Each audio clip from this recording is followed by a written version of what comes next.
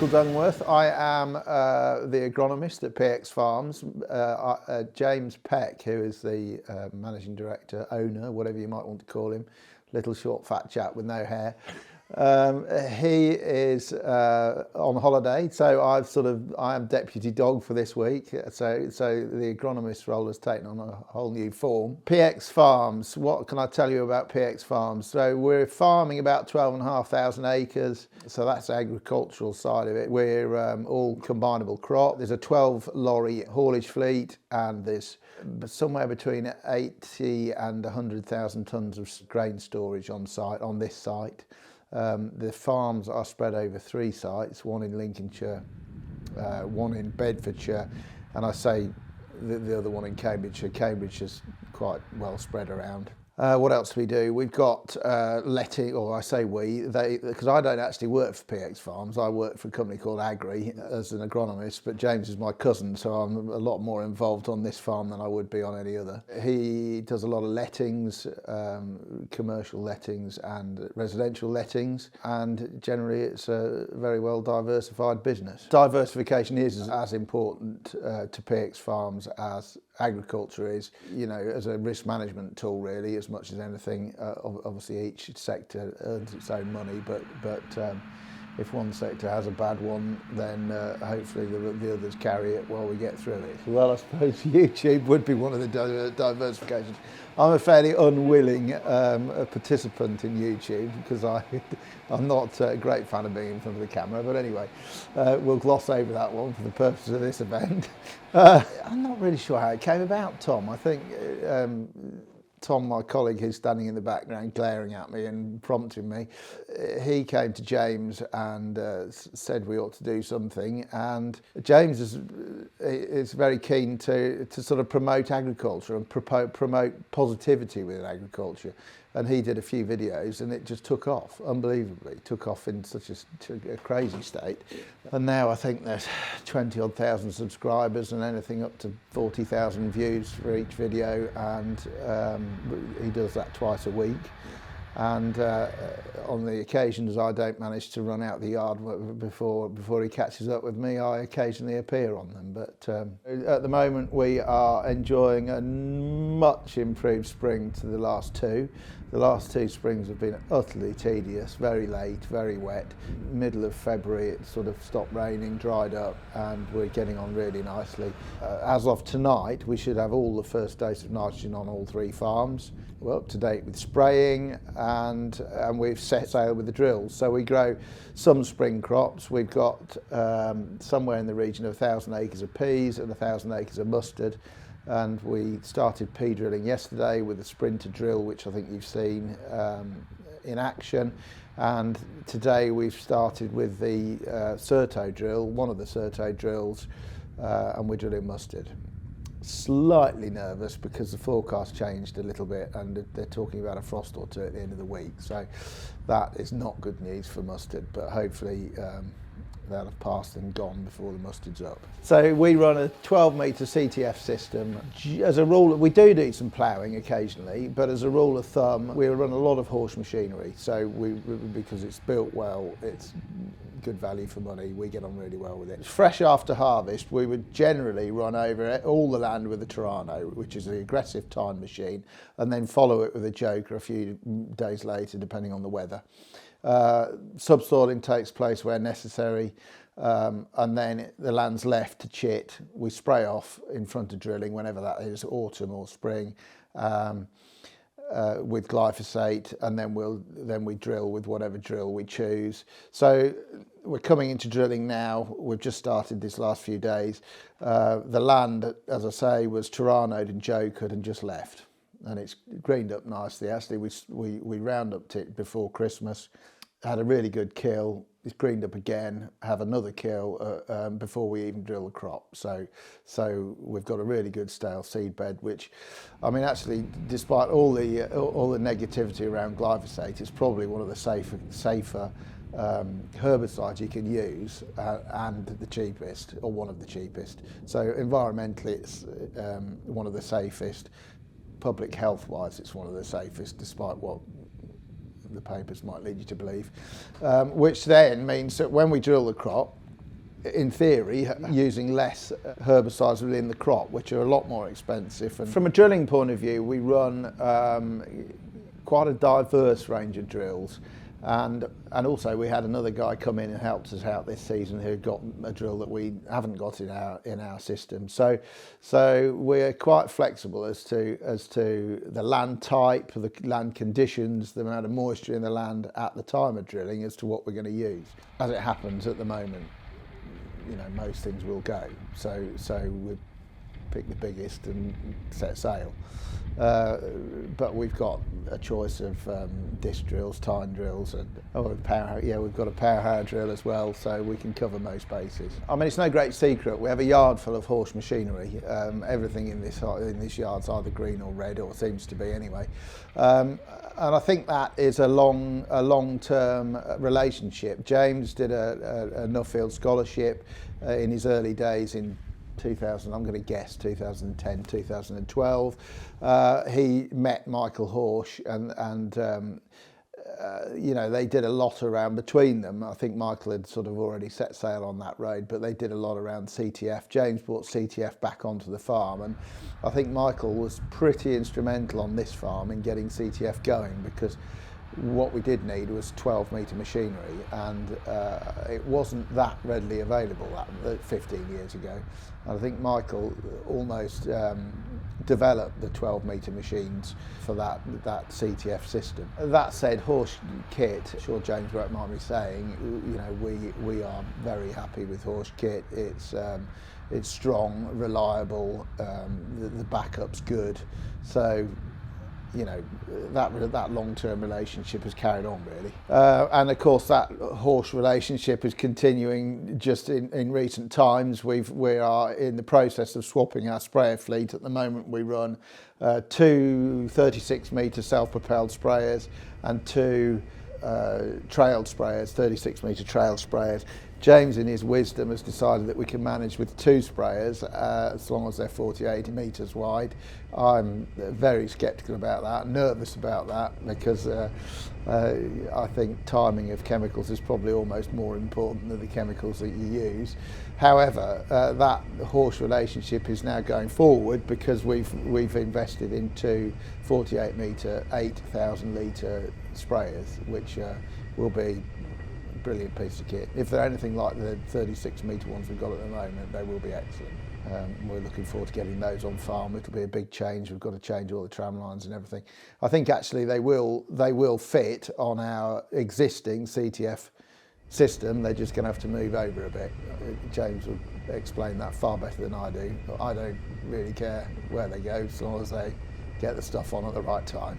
The self-propels, we find, because they're 4-wheel drive, and they're all wheels are driven, they do tend to travel on softer ground than the trails do. The trails, if it's wet and you're dragging dead weight behind a tractor, then you're soon grounded, because it just doesn't work. Whereas the self-propels, regardless of the fact that they're a bigger tank, they do seem to go better in wet conditions. Of course, you don't need to fill the tank, so if you've got an 8,000 litre tank, it doesn't mean to say you have to fill it with 8,000 litres. If you're in tricky conditions, we very often run with half tanks. But of course, they are committed to spraying. They are no use nor ornament for anything else. The advantage of a trailed sprayer is that you can pick them up and put them down when you feel like it, and then you've got the tractor unit to do other things with. So they've been really handy and played a good part. They don't get on quite as quickly. The tanks are smaller. The booms are the same width, but it's surprising how filling up, going to fill up, travelling to fill up makes a big difference. When you have to do it more often, it slows you down a lot. I've banged on a bit about CTF in the last few minutes, and of course I've not explained what it is. CTF, in a nutshell, stands for Controlled Traffic Farming. And what we're trying to do is avoid any traffic on the fields except on 12-metre. They're not tram lines; they're sort of intermediaries between the tram lines. The tram lines are on one of the intermediaries, but then they're obviously 36 metres apart. Then you have 2 12 metres in between those, and our tractors, combines, every other bit of machinery runs on those 12-metre lines. at any given time accurately. We are RTK satellite driven, so the tractors will and combines run on those wheelings accurately whenever they're in the field, and the machine does not leave those wheelings at all, and the idea being that we keep the compaction to the same place at all times, and then between the wheelings you don't really, you don't get the compaction to the same level, which means reduced cultivations. We're not spending as much on cultivations, and in theory we are getting, and James would quote a percentage, and I can't remember what that is, but I'm going to pick I think he says 15% increase in either increase in yield or decrease in cost. James is very enthusiastic for all the reasons I've described. I'm Sandy, we're here at PX Farms. I drive one of the sprayers, one of the combines and one of the tractors, jump between multiple jobs. We're currently here on some oats in the PT280, putting on some N30 on the second dose. We're putting on 180 litres a hectare, just giving it another extra dribble just to see if we can push it on. Good day today, it's not too bad. We've had a bit of rain, a bit of mismatch, but yeah, we're getting on. We're on to, we've done all 3 farms, and we're back down to Cambridgeshire just now, trying to get over the second dose. Yeah, it's going well. So I've been working for PX for I'm in my 2nd year here, so not too long. Definitely an enjoyable place to work. Massive amount of efficiency is run through PX, which I really enjoy. Wide spectrum of jobs to do, so you never get bored doing this during the summer, and then the winter I'm on a digger, on a flail, either ditching or estate maintenance. Yeah, there's always jobs to do, and with a farm this size, yeah, we're kept busy enough. I have to say, when we've got all 4 combines out in the field, there's no better feeling than, yeah, nice sunny days, running 4 combines, 4 chaser bins. Yeah, I don't think there's anything you can beat. It runs well. Majority of the staff live on site. Yeah, I have to say, James, hands down to him, top boss, looks after us. And at the same time, we do a lot of hours, but then we have a lot of nice kit, and with nice kit you don't mind doing the hours. We do a lot of road travelling where the nice kit and reasonably top speeds make a big difference to us with everything that we're doing. And yeah, no, all together around, it's a good business. We've got a good group of guys, and yeah, everything seems to run really well. We've got a system set up now, so everything seems to run. We've got everything's fairly simple. We don't have anything where we've got a huge amount of problems. We've got Richard Weston trailer with the auger on, which seems to run really well with all the drills. And then we've got, currently you'll see in the yard, we've got a new Bailey Bowser, 16,500 litres to keep the 2 sprayers going. We're currently running 4, but we are going down to 2 just after harvest this year, 248 metres. Everything seems to run well. Yeah, so this is a 36 metre PT 280, 17 plate. She's done nearly 100,000 hectares. She runs really well. We're running Trimble, the horse system as well, Trimble for guidance, and then we've got horse system for auto shut off and section control. She is outdated compared to what we're running on the newer machine. We've got an 8.3 as well, which we run. And that is, yeah, they're both running 36 metre with full auto boom levelling on them. But yeah, they're lovely machines. They run really well, especially at this time of year and earlier into January and February. They run really well because obviously you're propelling yourself along instead of dragging a trailed sprayer behind you. So there is, if you do have slightly stickier situations, they can make their way through. This one is a slightly shorter wheelbase. She's all sort of built up together, and this is running a drive shaft. Whereas the 8.3, which is currently in the field opposite me, is a completely different system. So it's a completely different wishbone system with all hydraulic motors. So she runs herself independently, and he can also jack himself up and down. And it's a different. He's got the newer style class cab compared to the old crone cab that we have on this one. And he is also running the horse stick compared to we're running the older style Fendt stick. Basically an 820 716. She runs the exact same joystick, just different buttons do different things. So I'm from a family farm back up in Scotland. Yeah, I've worked here, there and everywhere. Was at the family farm, went down to college in Gloucestershire. I worked for Dyson Farming for 6 years. So yeah, that was a big corporate company. That was a bit different. But that helped me get into the loop of running. We used to run 12 metre kit there and 36 metre sprayers. So that helped me get into the loop of running the bigger kit, which then allowed me, when I came here, to sort of step into the kit and not have to worry too much about the size of it. So the experience, I mean, you pick up the experience anywhere. I think the main thing is you've got to have the drive to work here. You've got to be be wanting to do the hectares, you've got to be wanting to work the hours, you've got to be willing to look after the kit, you've got to put yourself forward as someone who they want to employ. I've run big kit previously, like I said, and it was the first time I got on a 36 metre sprayer, it was daunting going from a old 12 metre that we had at home. When you see the boom sitting out the side of you, it's a fair way out, and you've got to watch out for pulls, I'll tell you that. But no, it's a good company. I think you've got to have the drive. If you don't have the drive, that's what you struggle with the most, I think. And with here especially, efficiency is a big thing. We want to get everything done as efficient as possible and get the hectares out, and also do the job to top satisfaction. I think is our big thing. It's making sure everything, you're always backing into every corner. With cultivations, you're always tidying everything up. Drilling, you're always making sure you're always squared off, everything's tidy, and that's a big thing here. Is you've got an image to show with a big company, and you want to prove that the company is capable of showing a good job and an efficient job as well. I think it's we have at the moment, we've got a really good team, fairly youngish team, not too many old, but we all work really well together. We all enjoy working here. There's a good morale. James looks after us. He really looks after us, and good place to work. I know sometimes people will say, oh, you've got a lot of travelling to do, but with the travelling, you're doing different things every day. One day I can be here in Cambridgeshire, next day I can be in Lincolnshire, and the other day I can be in Luton.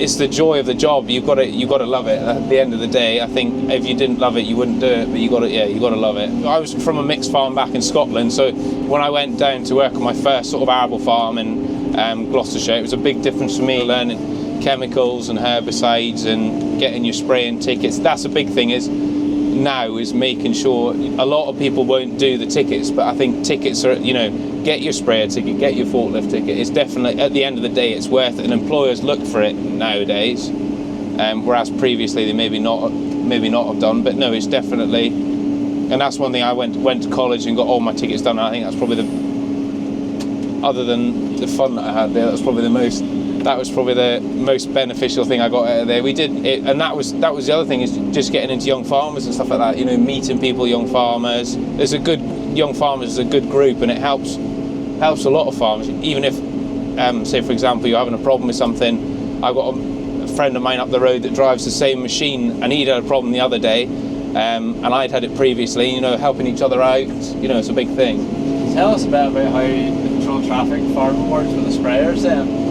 So the sprayers run every 36 metres, still on the 12 metre CTF tram lines, but we are spaced out, so every third run the sprayers run down. So that wheeling is normally the most compact. We do still drill every single wheeling for erosion and to try and intact the wheelings. Everything on the farm runs on either 12, 24 or 36.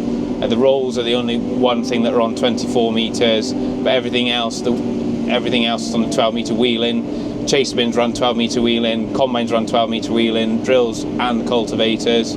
So it allows us to keep the compaction off the rest of the field. So basically everything except from the wheelings is completely untouched, which hopefully is reducing the compaction and allowing the crop to grow better within the soil that it's got eligible for it. Making sure logistics are on form, so that's one of the main things, is making sure we're pre-prepared for the next day.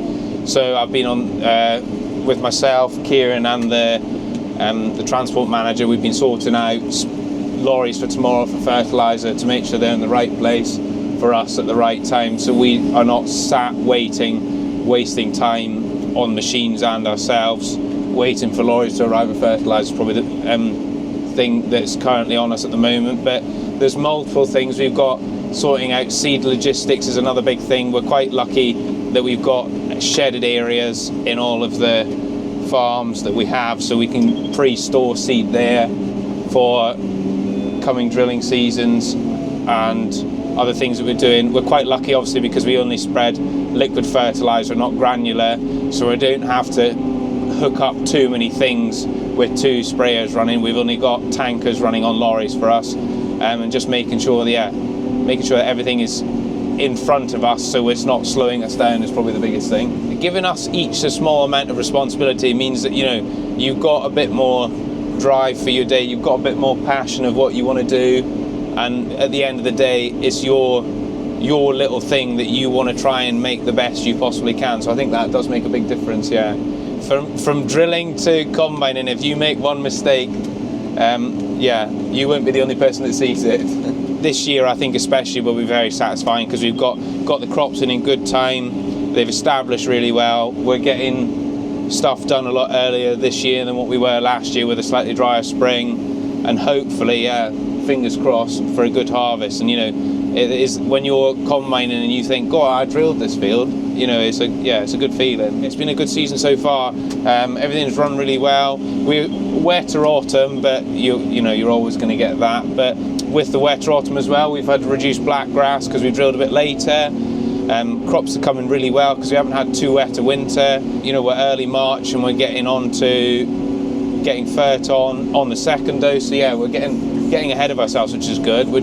So normally you find yourself, you're on the back foot and you're trying to catch yourself up, but we're doing really well and getting ourselves ahead, which makes it more enjoyable, I would say.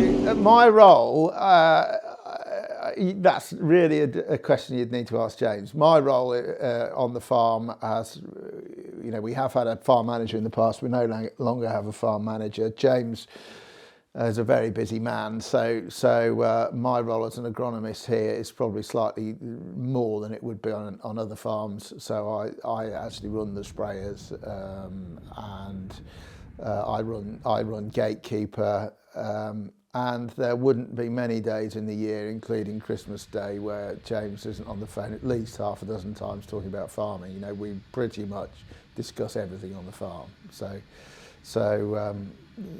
whether you consider me an important sort of person or not, I don't know, but a fair role on the farm. So on this farm, what we tend to do is try and grow things that people actually want to buy.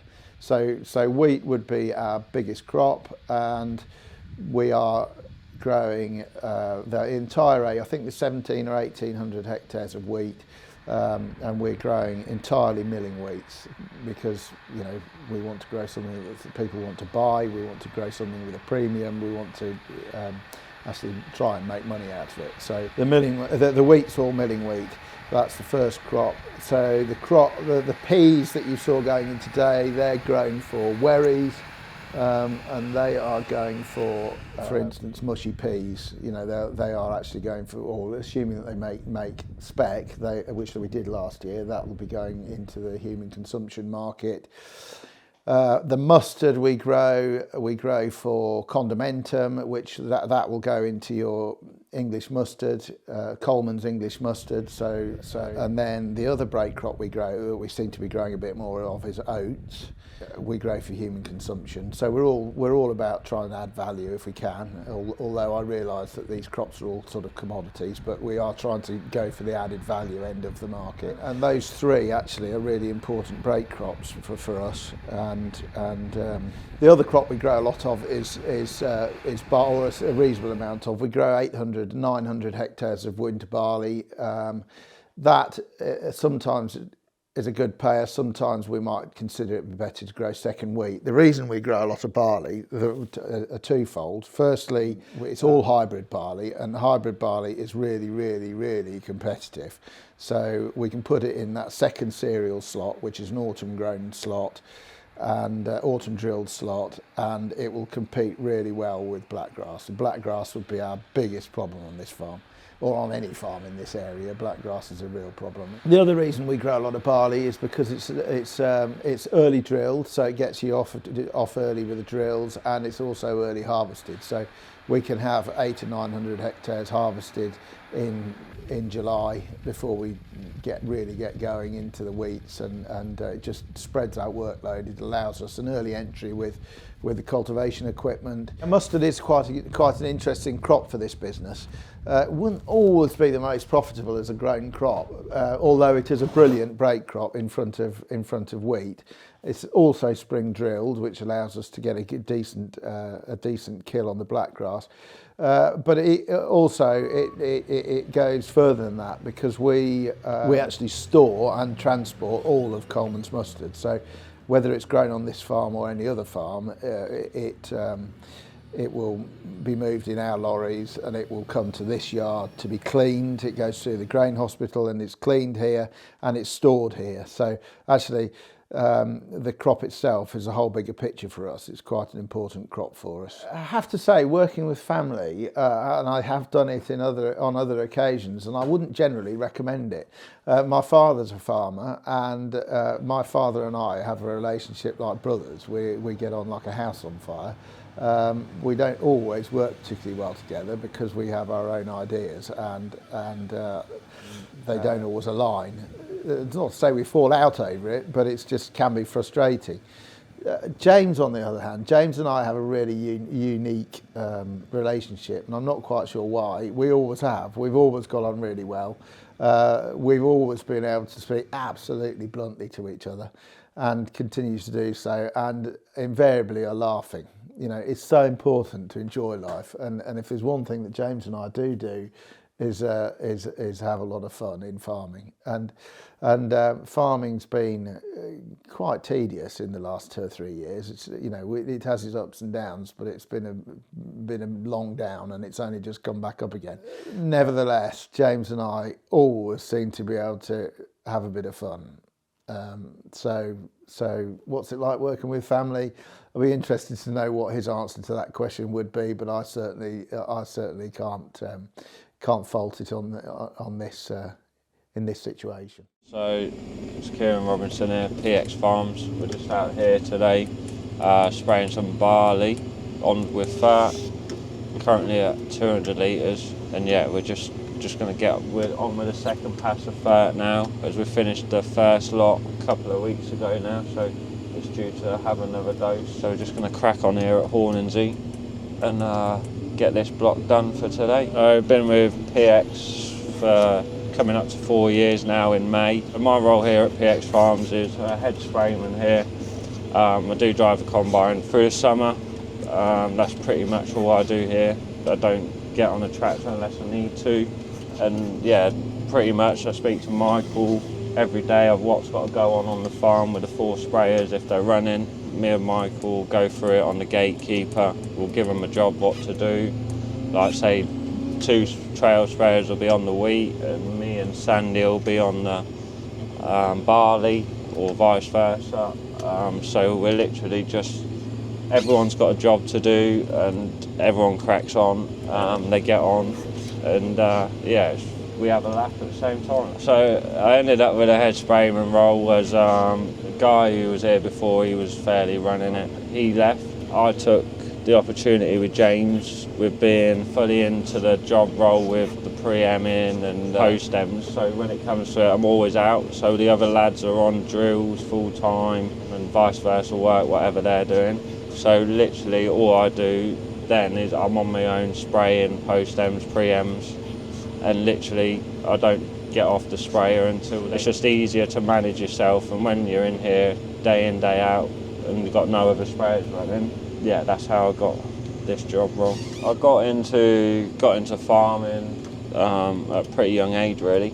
My dad grew up with farming. My great-granddad was a farmer. It was always around tractors, all that, and then literally when I turned 14, I went and got a small-time, part-time job where my dad was working then in Peterborough. Used to like get a bit of pocket money and stuff, and then when I went to college, I got a full-time job role where I was on the tractor, did my tractor test, and farming's always been in the family, and yeah, I love what we do. So I think farming is in the blood. I don't think I'll ever come out of it as such. It's a good place to be in. You've got the big kit, you got the laugh where I'm working here at PX, so yeah, I think it's a good life. I'd say if you want to get in farming and you haven't had the background, all I'd say is just hit up your local farmer or get into it that way. When they say, oh, we've only got this role, like, I'd take it, because you got to go from the bottom to the top. I literally, when I was younger, I started just washing the odd tanks and tractors here and there to get into it, and then that was when I was 14 to 16, and then 16 I got on a tractor and trailer carting grain, and literally that's how it was all started for me. So for someone to get into it full time, and I'd just say work hard, stick at it. Local farmers or big farmers will take you on, take everything you can get, because some farmers will give you that opportunity, and if you can prove it, you'll be where you want to be. It's a good voice to get into farming, because everyone's wanting farmers now, everyone's wanting the young age to come through. Yeah, I think you can make a living out of farming. You don't have to own a farm to make a living out of it. We can have a good life. I have a good life. With having a little one and a girlfriend at home, we have some good cracks and get on holiday and stuff. It's not just all about the money, it's the laugh and everything to do with it. But James here at PX, it's still like a family farm to us. We get looked after. I think what keeps me going in this job is, I think it's the spraying as such. The spraying is really great. I like the spraying. I like being out in the fields, not in the yard, and I think some of it as well, we've got such a good team around us. That's what keeps the enthusiasm up here and working here. We get taken away on like trips, Agritechnica. We've just been to Horsley in Germany as well, so been France, and I think that as a company and a motivation and that, and within the job itself, if you like what I like doing is being on a combine and a sprayer. I think for me personally, getting up in the morning and coming to work is not a hassle, because yeah, we get the odd days where it's stressful, but some days when you get a good day, you think what's going on, but deep down, I think that's what keeps me going. So over here on this screen here, this is the Trimble system. This is running the GPS for the steering. That's no running section control. We haven't got the full extent to the Trimble. Everything's logged in there for the CTF and the lines. So that's basically that. So we've got here is 1200 horse screen. Here we're running 200 litres a hectare. That's what we're putting on with a Fendt for the barley. Underneath it, you've got your pressure, what we're running in the nozzles from the pump. And we don't like too much of a high pressure on Fendt because you can actually scorch it, but at this time of year at the minute that's not too much of an issue. But we can run twin line as well. Here is the speed we're doing for the rate and stuff. We can go a bit faster, but 18k is just nice at the minute. You've got the booms here for unfold and fold, and you can actually fold it to 18 to 30, 36 or 36 down to 18.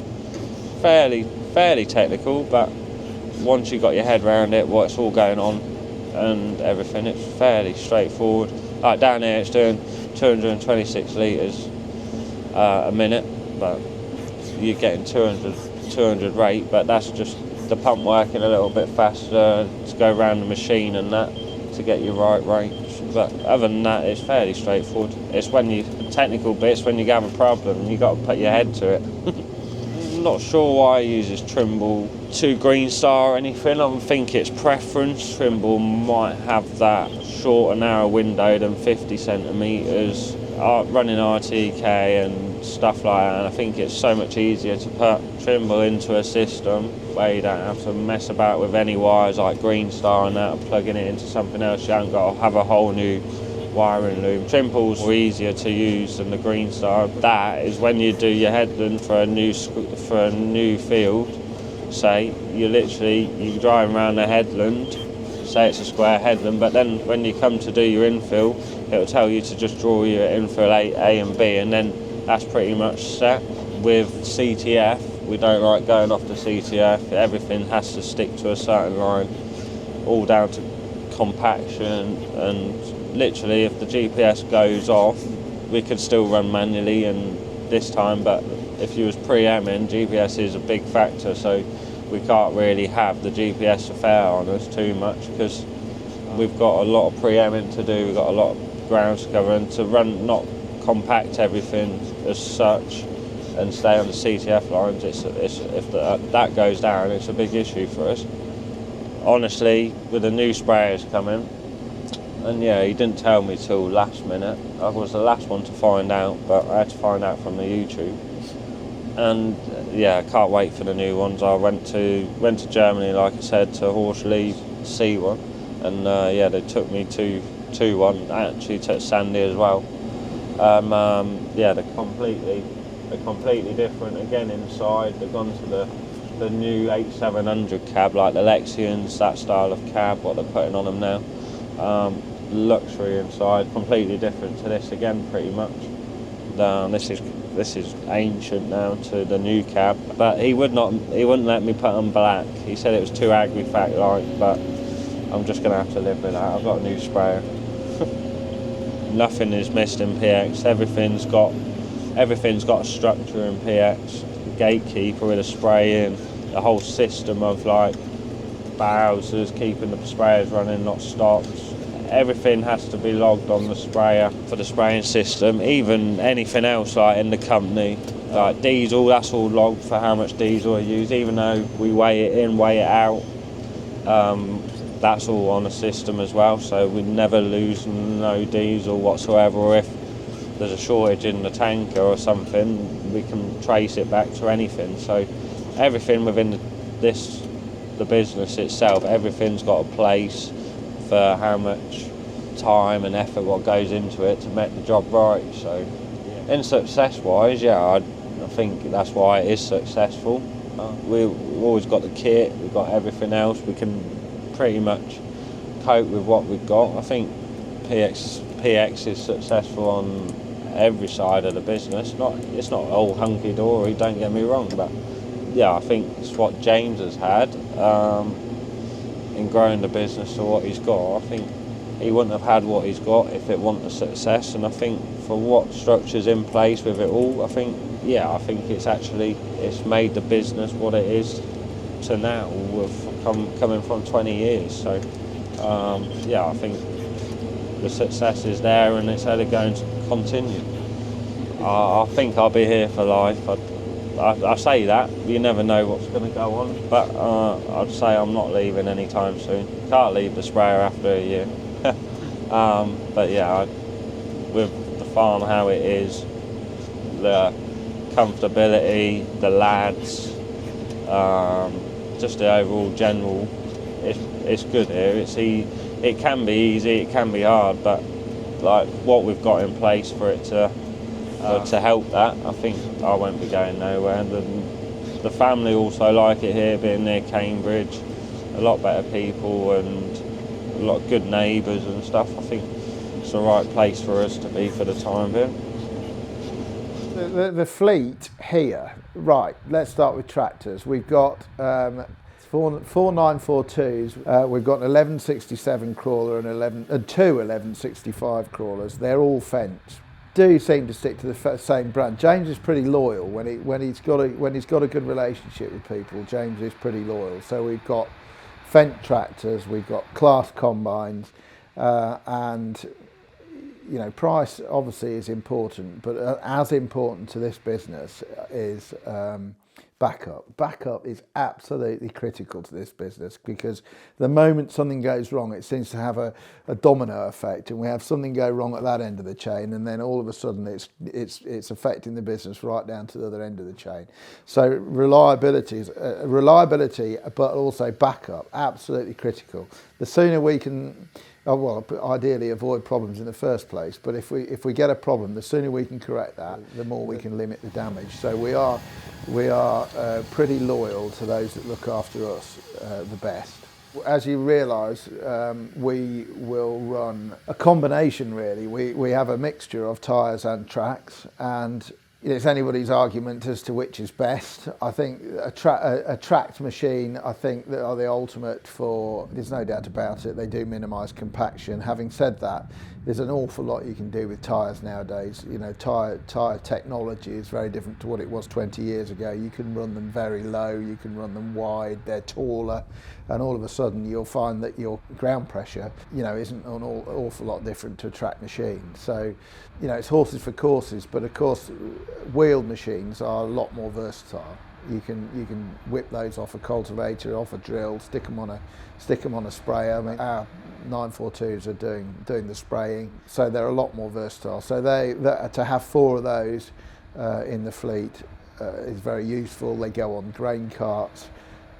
They go on rolls, you name it, they're just versatile. Whereas the 1167 and the 1165, you know, much more restricted to cultivations. Actually, the 1167 does drill, but they're much more restricted to the autumn work, really. On the media side of life, actually that's gone a little bit further now, because James is actually holding an open day on the 25th of June, where farmers, and well, anybody particularly, not necessarily a farmer, if you're interested in machinery and PX farms, are very welcome to come along and have a look round, meet the gang and see how we do it, get up close and personal with machinery, and Glyn, as far as that goes, or whoever else, Sandy, whoever else you might want to get close and personal with. That's on the 25th of June. I believe there are 2 sessions. One is in the morning, I think that's probably sold out, and then in the afternoon it's a bit more of a free-for-all, and just a sort of wander around and have a look at the site, have a look at the machinery. There are tickets available for that still, and they are available on our website, I believe. Is that right, Tom? Yeah, they're available on the website. So if you fancy coming to have a look, we'd love to see you, and do come and you know, get your tickets booked and come and have an afternoon of relaxation with us. Yeah, this really has been a very quick insight into PX Farms. James, as always, when we start to get busy, has gone off on holiday for 10 days, and he'll no doubt return when we've got worked up. But he's an interesting character to talk to. By all means, do come and you know, come back at harvest when we're busy and we've got all the big tackle out, and it's a very exciting time on this business, and you know, come back and see what we're doing in the busy times.